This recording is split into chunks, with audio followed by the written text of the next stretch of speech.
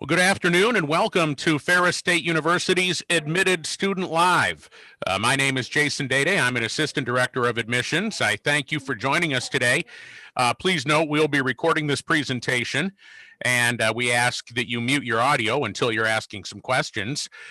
Today for Admitted Student Live, as we acquaint students newly accepted to Ferris State with all the wonderful things that are available here and happening here, we're highlighting the Office of Multicultural Student Services, also known as OMSS at Ferris State University. And joining us from the university today, we have Eric Kainer, Director of Orientation, Jeff Stewart, Assistant Director of Admissions, and the man of the hour, Darnell Lewis, Assistant Director of the Office of Multicultural Student Services. Thank you for joining us today. And we'll start with Darnell. Darnell, could you tell us a little bit about the Office of Multicultural Student Services, what you do, what you offer, what resources are available, and why it's such an important place on campus? I sure can. Thank you, Jason. Good afternoon. My name is Future Bulldog. My name is Darnell Lewis. I'm the Assistant Director of the Office of Multicultural Student Services. And I'm going to go ahead and share my presentation to basically give a brief overview of our office and who we support and the different resources we have here at Ferris State University. So I'm going to go ahead and share my screen.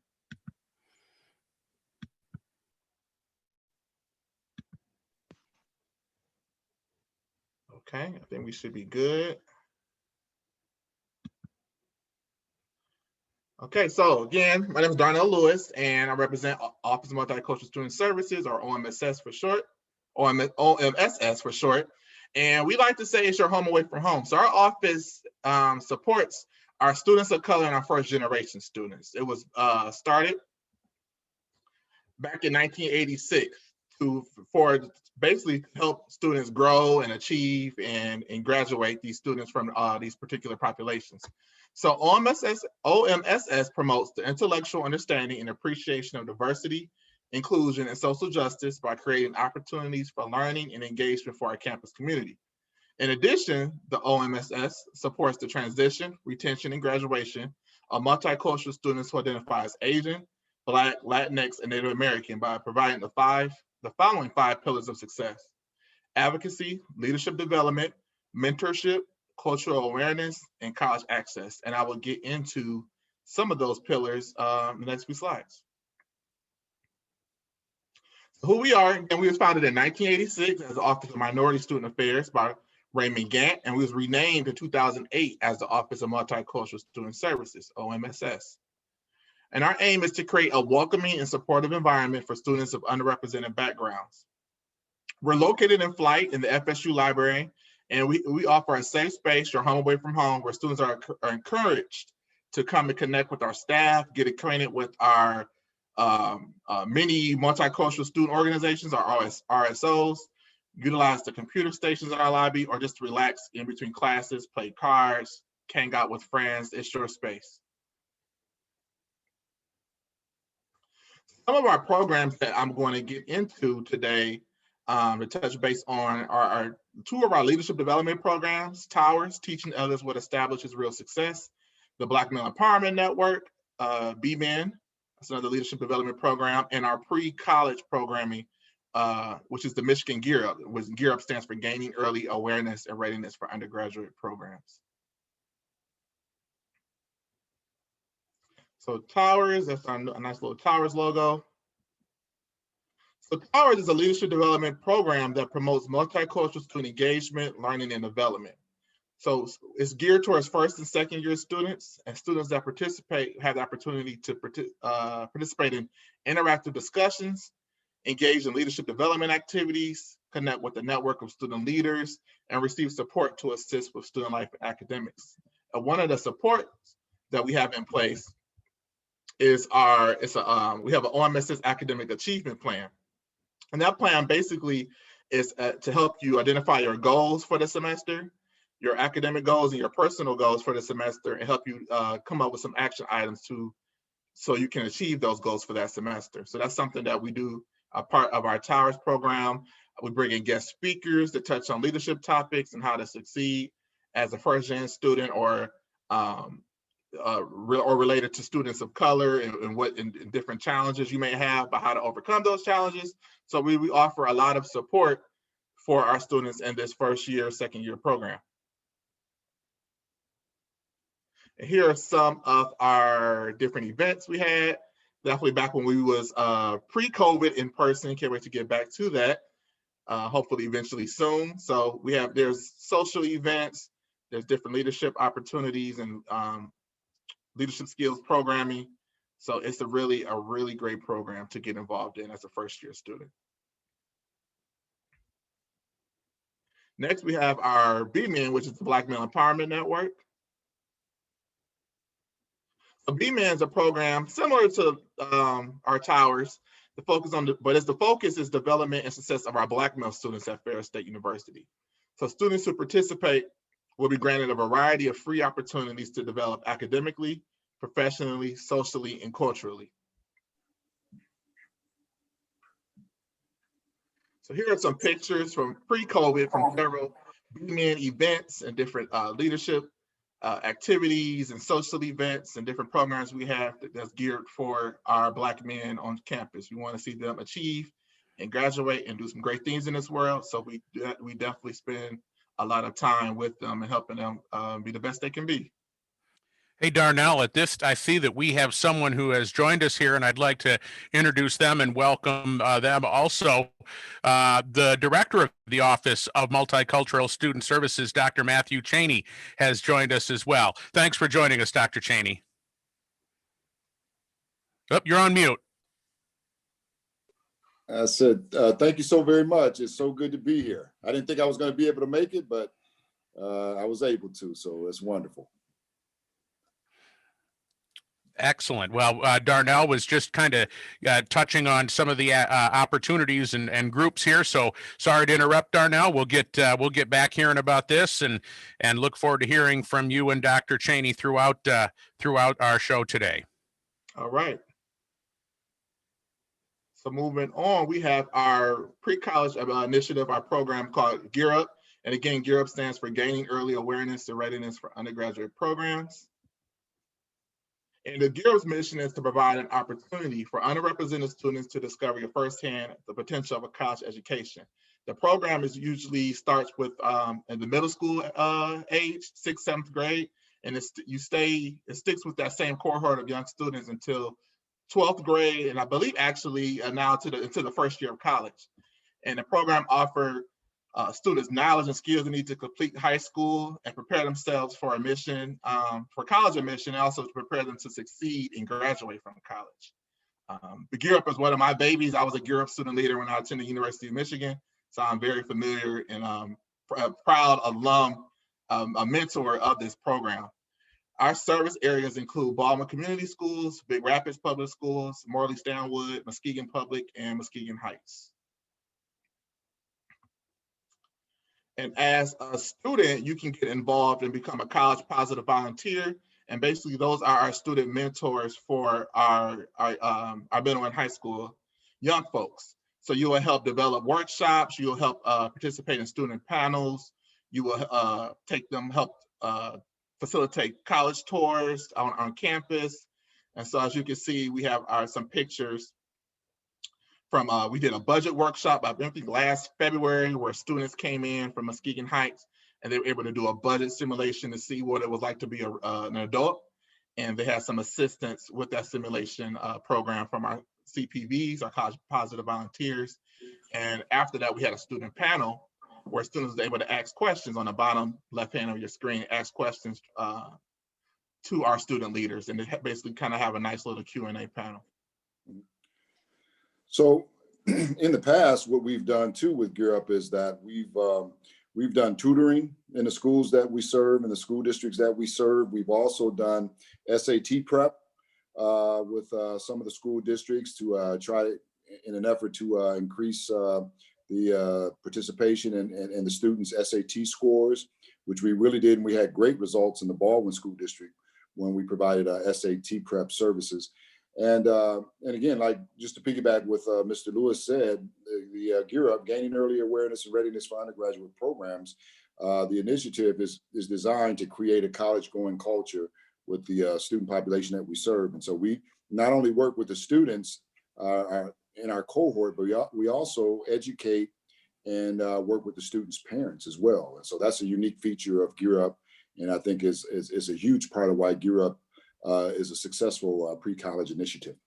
One of the things that I've always admired from my role in the Office of Admissions about the work that you do in Gear Up is how the CPV program, the College Positive Volunteers, and the tremendous impact that our students at Ferris State can have when they meet with young students, whether they're in that middle school cohort or whether they're in high school, and especially those in high school where they're able to tell them, hey, this is what it's like. This is what it's really about. I was sitting where you were not that long ago, and let me tell you what I've learned so you can benefit from it. And that's just so valuable to get that from people who have been there.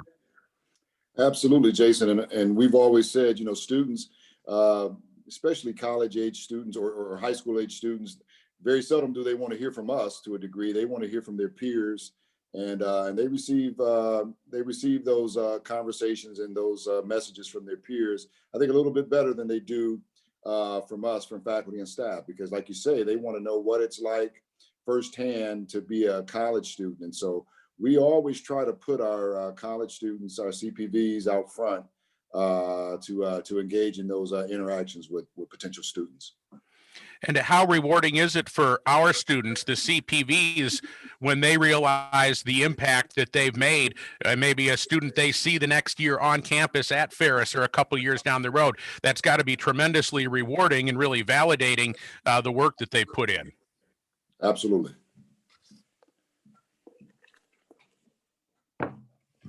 So our next slide is basically an overview of some of our events and initiatives that we sponsor in our office. So we start off going from basically the beginning of the year to the closing. We have our Black Student Welcome. We have a Get Acquainted Day. Basically, it's a fair to broadcast and put a spotlight on our multicultural student organizations. We have Hispanic Heritage Month. We have a conversation on race, a discussion series on that.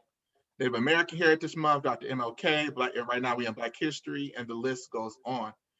Towards the end of the semester, we have a huge celebration at the end of the year, just to celebrate a successful year. And that celebration is called the Annual Picnic, which is a cookout.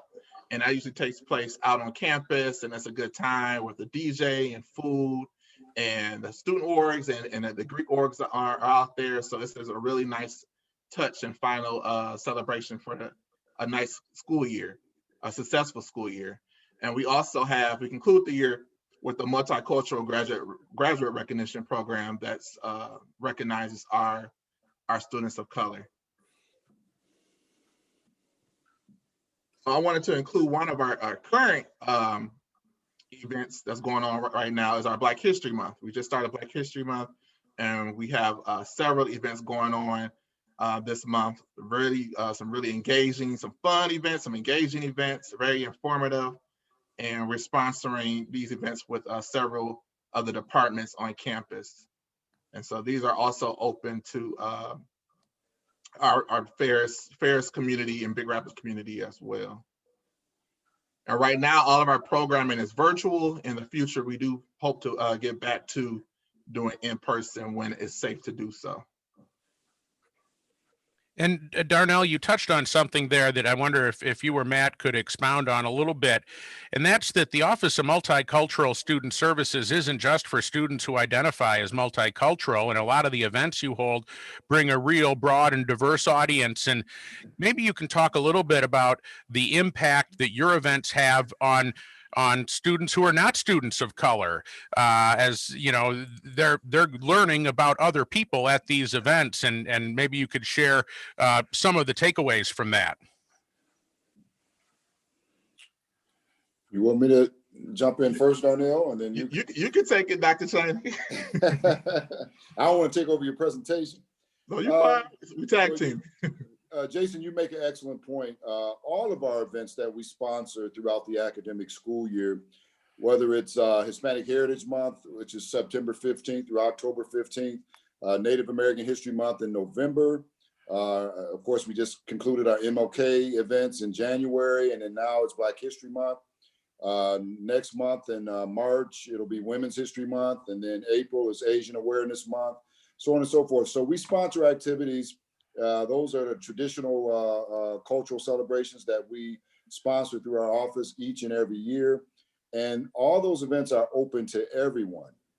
You know, when you talk about diversity and you talk about celebrating diversity and being intentional in your efforts, it's incumbent upon all of us to if we want to be the best that we can be, this is our philosophy, is that you attend, you know, different cultural heritage celebrations. And of course, you know, I always tell students over the years, you know, I've been at Ferris for 25 years now, and every time I go to a Native American History Month event or a Hispanic Heritage Month event myself, for those 25 years, and I've gone each one of those years, I always learn something new. And so, of course, I identify as Black, African American, and I'm not Native American or Asian American.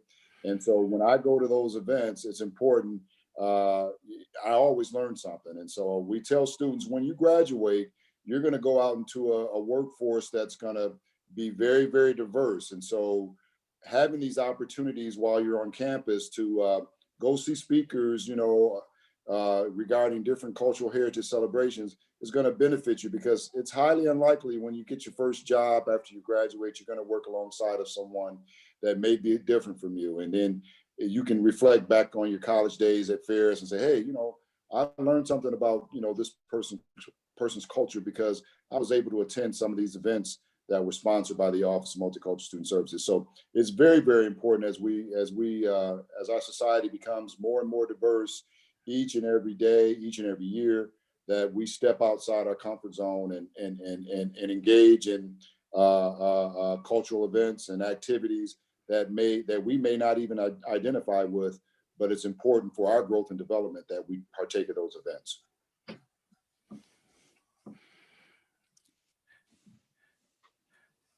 Darnell, earlier you touched on social justice was mentioned, and certainly there hasn't been a year like the year or the last couple of years that we've experienced for a long time in this country, where social justice has really come to the forefront and has such a great deal of support.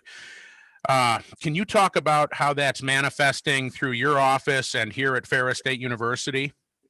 Yes, I can, Jason. So we one of our key, I would say, our key topics we discussed in our office and programming is around social justice. We have a social justice coordinator, a student named Byron Brooks, who helps plan those social justice events, and we want to bring light to those issues and those injustices going on in the world, and what we could do to make Ferris a better place, and how we can make our world a better place as well. So, like this past fall, we had a Know Your Rights event. So when you are stopped by a police officer, you know what to do. Like you know you know exactly how to maneuver and how to go about that. We had a community policing and relations and people of color event. We wanted to talk about how students and staff, how their perceptions and how they've been treated by when they wasn't stopped for whatever reason in the Big Rapids community, and we wanted to bring that to light and come up with some possible solutions. So we're always thinking about what we could do next to address those current issues that's going on right now in the world. Excellent. I want to take a moment and find out if our guests have any questions today. If you do have a question about OMSS, anything for our panel, I encourage you to take the mute off and please ask your questions, because we're here to share information. That's the purpose of Admitted Student Live. This is a program that'll run on most Wednesdays through the rest of the spring, as each and every week we'll be highlighting different offices and different departments and resources and opportunities that are available here at Ferris State University. So if any of our guests today do have any questions, please chime in, because we have the folks here to answer those questions for you.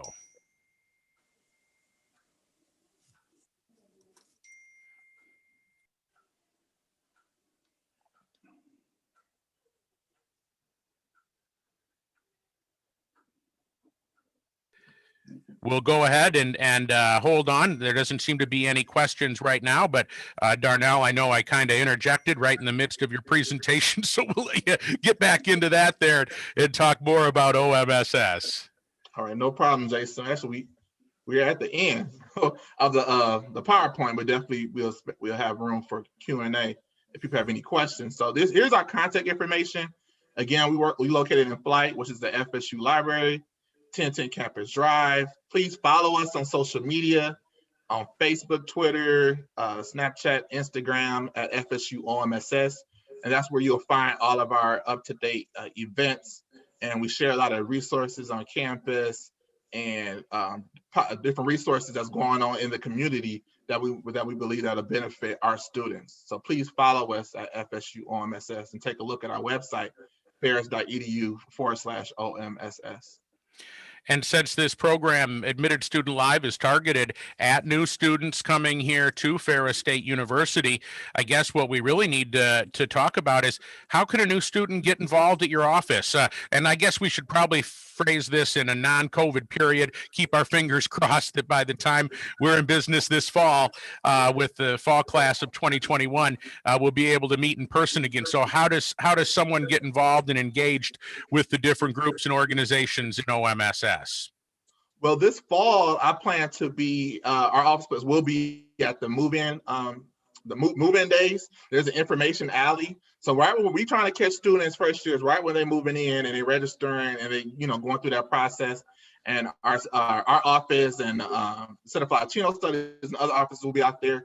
We're passing out information, getting to know freshmen and their families. So we will be out there, and hopefully we will be able to do some all of our outdoor activities and our welcomes and our different welcomes we have, and our Get Acquainted Day will be back outside, so we can students will be able to get involved with our office and be able to sign up for different programs and activities we have going on.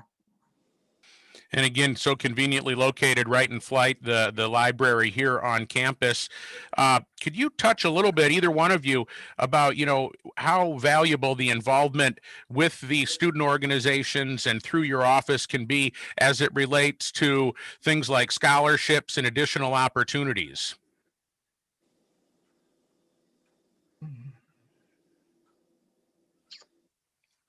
Dr. Chan, you wanted to take this? Excuse me, what was that question again, Jason? I'm sorry, I was sending an email. Oh, it's all right, Matt. Really, just in my experience, I've been at the university 17 years, and I've seen, seems like when a student gets involved in your office, they're not there just for one semester. They're there for an extended period of time and really getting involved. And I know that there's some other benefits that can come with that, whether it be, helping get scholarships or opening the doors to other mentoring or internship opportunities. Can you touch a little bit on that? Yep, certainly. That's a great question. We always, each semester, or at least a couple times during the academic school year, we do serve as a internship site for our students, particularly students in our social work program.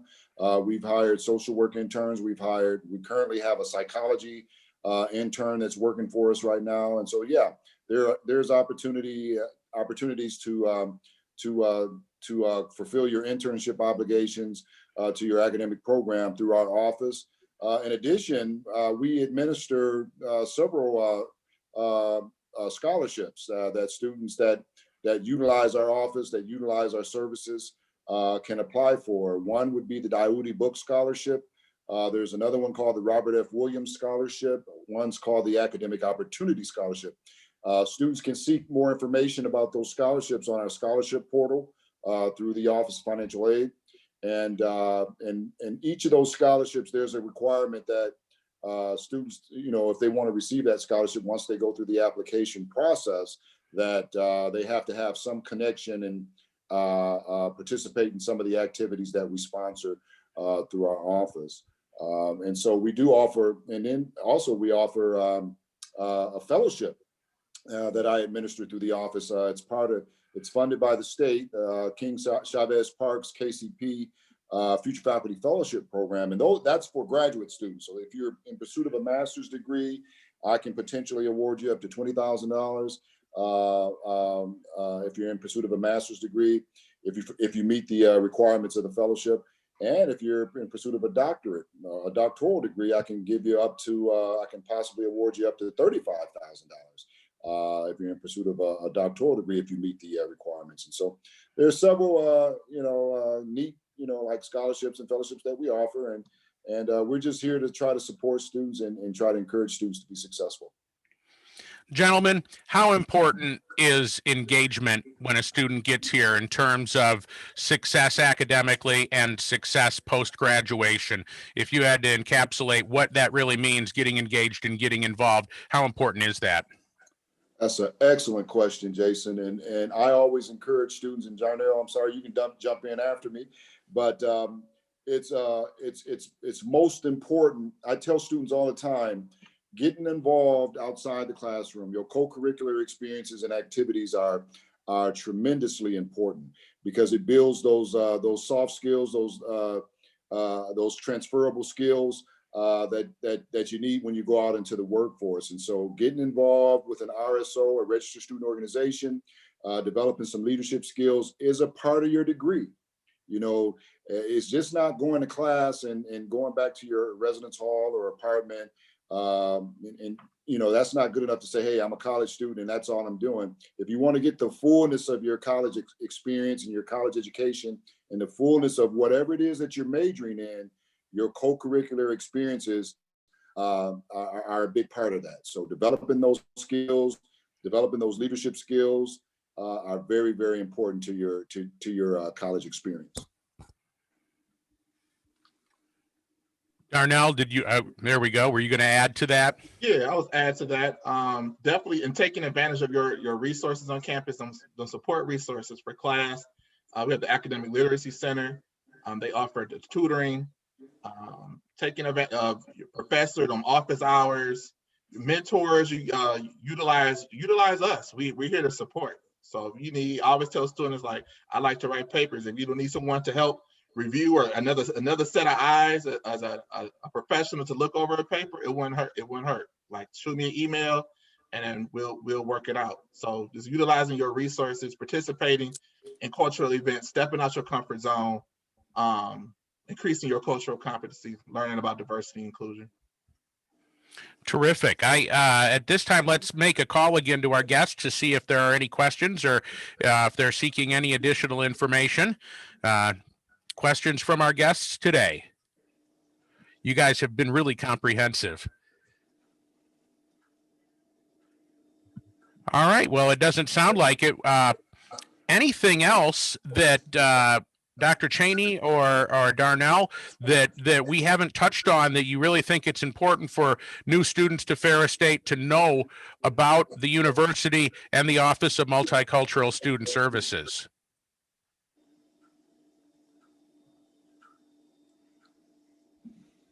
I would say just know that we're present. This is an office here to support you, and we're located in Flight. So don't miss us. If you go through Flight, you'll see us, Flight Suite 159, and come in, stop in, say hello, and get to know us and what we have to offer, and get engaged. Like, soon as you come on campus, let's go. Absolutely. I always say, our office is there to ensure that the educational opportunities for our students from diverse backgrounds are as rewarding as possible. And so we're here to service. We're like Walmart in our office. We work with students on financial aid issues, scholarship issues, personal issues.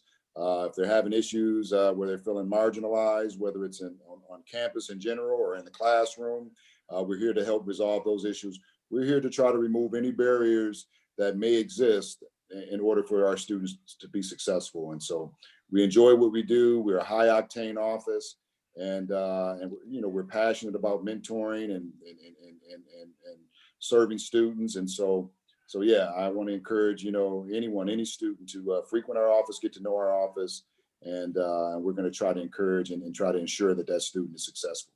And in closing too, I want to thank you, Jason and Eric and Jeff, doing a yeoman's job and including us and allowing us this opportunity and platform to share our information. So thank you so very much.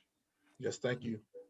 Thank you, gentlemen. And before we start to wrap things up, I'll turn to my colleagues from the Office of Admissions, Jeff and Eric, for any comments. Eric might want to put a plug in for online orientation.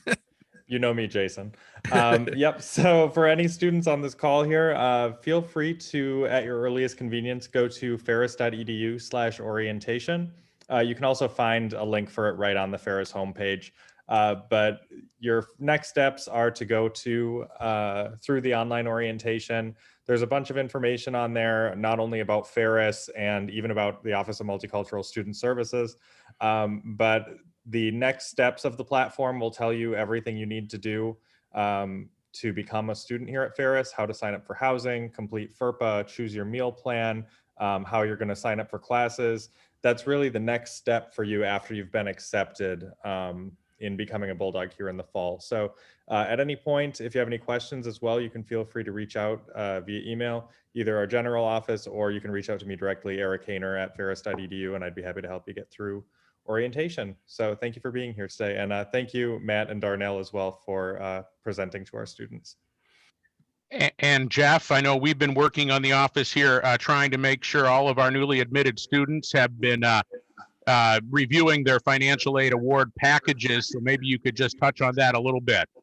Yeah, absolutely. That after you submit your FAFSA to us and we're able to process it, you'll get an email either to your personal email, actually both to your personal email as well as your Ferris email account. So be sure to watch for those emails. And as we're moving forward, we'll continue to communicate with you in those ways. So if you've been receiving emails from us to a certain email account, continue to watch that, and we'll kind of guide you through that process, especially after you complete the orientation. In terms of your financial aid, that information can be found in your MyFSU account. And so if you do have questions on how to access that, I did put in the chat the admissions email address, but I'll also put it out here. It's just admissions@ferris.edu. If you have any questions along the way, please don't hesitate to reach out to us. We're more than happy to assist and kind of guide you through that process. That's great. And also Ferris State, one of the few universities in Michigan that does accept TIP Phase 1 and Phase 2. So if you qualify for the state's tuition incentive program, know that you can get a university experience and a university education through the TIP program here at Ferris State, making that really attainable for you. Terrific program this week, gentlemen. Thank you so much for sharing with us all this important information for new students coming to Ferris State this fall. We're excited about next week at this time when we'll be highlighting our Center for Latino Studies and sharing information with you about their office and what their events, activities, and resources and how they assist students on our campus. So keep an eye on your email for important updates and upcoming events. And if you do have questions and you feel like you need some personal assistance to aid you, and whether it's related to your financial aid or orientation or whatever it might be, you can meet with an admissions representative. Just go to the Ferris homepage and click the Visit tab, and one of the options there is to schedule a one-on-one virtual appointment. But everyone you've heard from here today and all of our colleagues, we're here to help. And we want to make sure that you're coming in confident and eager and on a solid footing to be a successful student at Ferris State University. For my colleagues across campus, I'm Jason Dede. I thank you for joining us today and hope you'll be with us again next week for another edition of Admitted Student Live at Ferris State University.